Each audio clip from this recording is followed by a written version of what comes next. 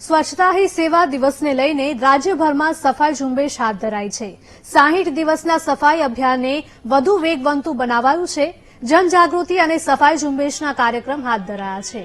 Municipal શાળાઓના પરિસર અને આજુબાજુના વિસ્તારોને સ્વચ્છ કરવામાં આવ્યા। મેયર, સ્ટેન્ડિંગ કમિટી ચેરમેન, ધારાસભ્ય, મ્યુનિસિપલ કાઉન્સિલર સહિતના લોકો સફાઈ અભિયાનમાં જોડાયા।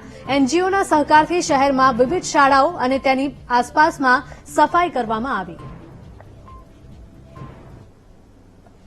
દેશના વડાપ્રધાન આદરણીય નરેન્દ્રભાઈએ આજે આહવાન કર્યું છે તેને દર શુક્રવારે જુદી જુદી જગ્યાએ અમદાવાદ મ્યુનિસિપલ કોર્પોરેશન દ્વારા સફાઈના પ્રોગ્રામ આપવામાં આવે છે। તેના અંતર્ગત આજે વાસણા ફતેપુરાની મ્યુનિસિપલ સ્કૂલની બહાર સફાઈ કરવાનો પ્રોગ્રામ છે। ત્યાર પછી રેલી છે।